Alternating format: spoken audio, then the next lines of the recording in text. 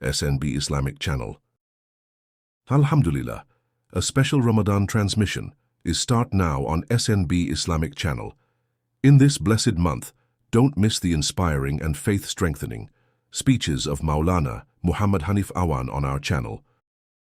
Stay connected with us too. Benefit from the blessings of Ramadan.